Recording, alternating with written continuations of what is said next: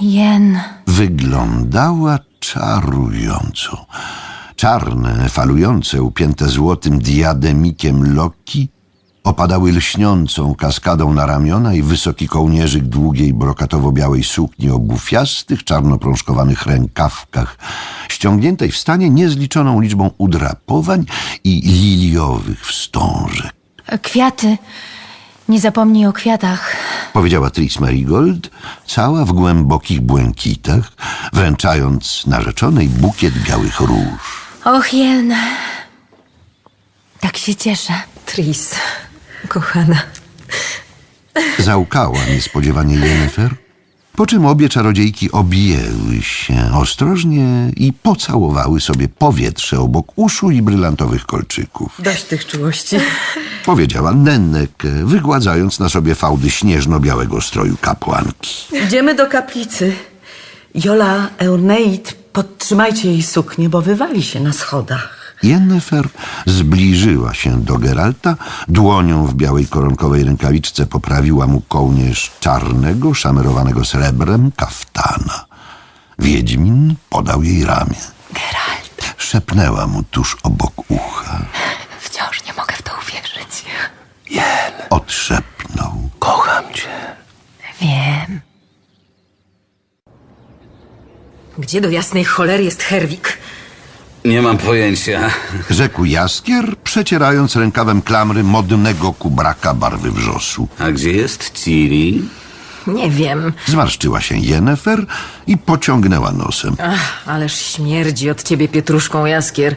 Przeszedłeś na wegetarianizm? Goście schodzili się, powoli zapełniając ogromną kaplicę. A Glowal, cały w ceremonialnej czerni, prowadził białoseledynową Shinaz. Obok nich dreptała gromada niziołków w brązach, beżach i ochrach. Jarpen Zigrin i smok Wilden Tretenmert, obaj skrzący się od złota, Frexenet i Doregarai we fioletach, królewscy posłowie w barwach heraldycznych, elfy i driady w zieleniach i znajomi Jaskra we wszystkich kolorach tęczy. Widział ktoś Lokiego? Spytał myszowór. Loki? Eskel, podchodząc, spojrzał na nich zza bażancich piór dekorujących beret. Loki był z Herwigiem na rybach. Widziałem ich w łódce na jeziorze. Ciri tam pojechała, by im powiedzieć, że się zaczyna. Dawno? Dawno. Niech ich zaraza zastranych rybaków. Zaklął Kracz Ankrajte. Gdy im ryba bierze, zapominają o Bożym świecie. Ranar, leć po nich! Zaraz! Powiedziała Braen, strzepując dmuchawiec z głębokiego dekoltu. Tu potrzebny jest ktoś, kto szybko biega. Mona! Kaszka! Raennes aena lekkewa! Mówiłam, że na Herwiga liczyć nie można. Parsknęła Nenneke. Nieodpowiedzialny głupek, jak wszyscy ateiści. Kto wpadł na to, by właśnie jemu powierzyć rolę mistrza ceremonii? Jest królem. Rzekł niepewnie Geralt. Chociaż byłym, ale królem. 100 lat. Zaśpiewał niespodziewanie jeden z proroków, ale treserka krokodyli uciszyła go ciosem w kark.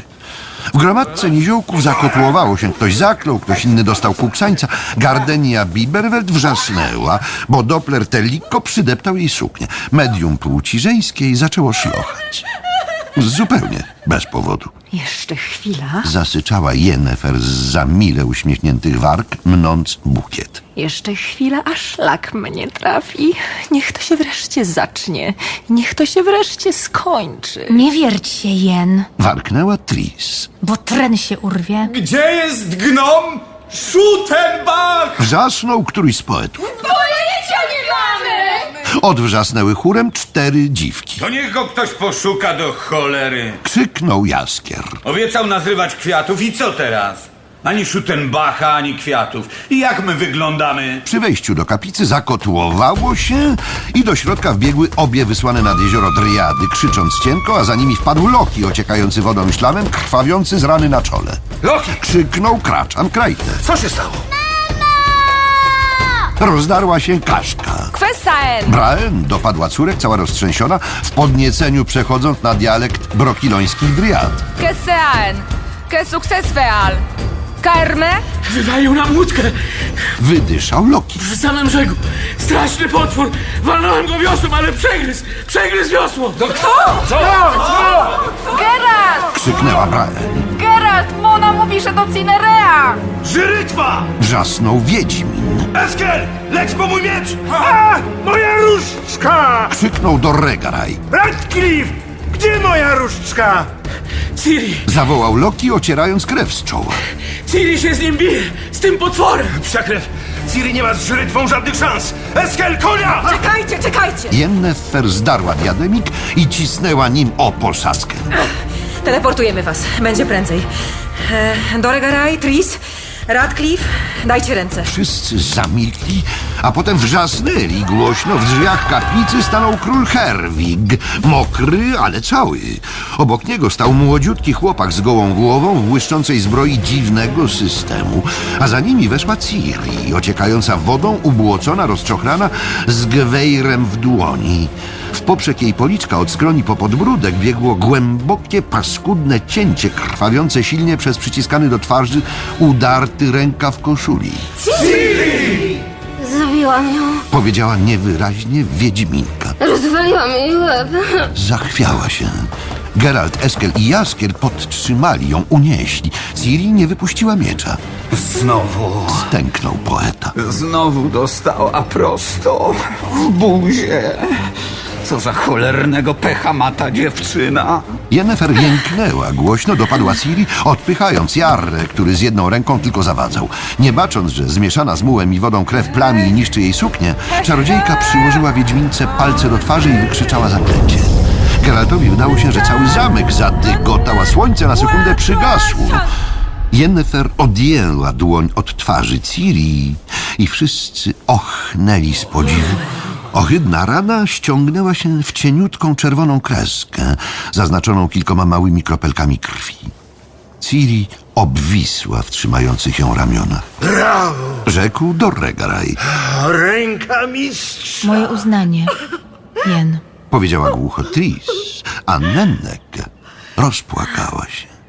Yennefer uśmiechnęła się, przewróciła oczami i zemdlała. Geralt zdołał chwycić ją, nim osunęła się na ziemię, miękka jak jedwabna wstęga.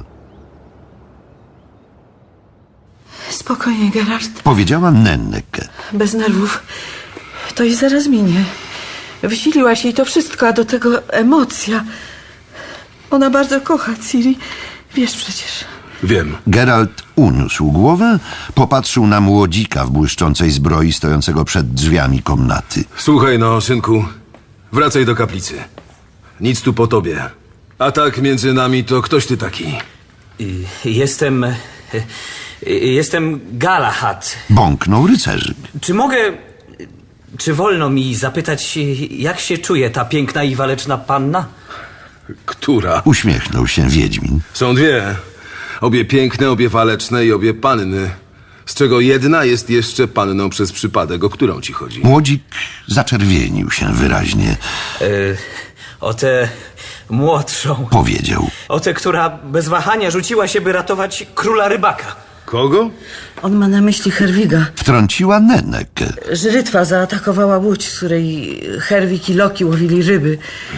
Ciri rzuciła się na żyrytwę, a ten młodzian, który przypadkowo znalazł się w okolicy, pospieszył jej z pomocą. Pomogłeś Ciri. Wiedźmin spojrzał na rycerzyka uważniej i życzliwiej. Jak cię zwą? Zapomniałem. Galahad. Czy to jest Avalon? Zamek króla rybaka? Drzwi otworzyły się, stanęła w nich Yennefer, trochę blada, podtrzymywana przez Tris Merigold. Jen! Idziemy do kaplicy. Oznajmiła cichym głosem czarodziejka. Goście czekają. Jen. Może przełożymy. Zostanę twoją żoną, choćby mnie mieli diabli porwać. I zostanę nią zaraz. A Ciri? Co, Ciri? Wiedźminka wyłoniła się zza pleców Yennefer, wcierając glamarię w zdrowy policzek. Wszystko jest w porządku, Geralt. To głupie draśnięcie.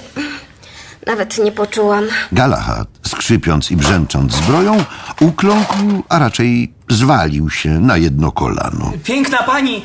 Wielkie oczy Ciri zrobiły się jeszcze większe. Ciri, pozwól. Rzekł Wiedźmin. To jest rycerz Galahad. Znacie się już. Pomógł ci, gdy walczyłaś z żyrytwą. Ciri oblała się rumieńcem. Dla Marię zaczynało działać, więc rumieniec ten był naprawdę uroczy, a blizny prawie nie było widać. Pani, Wybąkał Galahad. uczyń mi łaskę. Pozwól, o piękna, bym u stóp twoich... Jak znam życie, on pragnie być twoim rycerzem. Ciri, Powiedziała Tris Merigold. Wiedźminka założyła ręce za plecy i dygnęła z wdziękiem, wciąż nic nie mówiąc. Goście czekają. Przerwała Yennefer.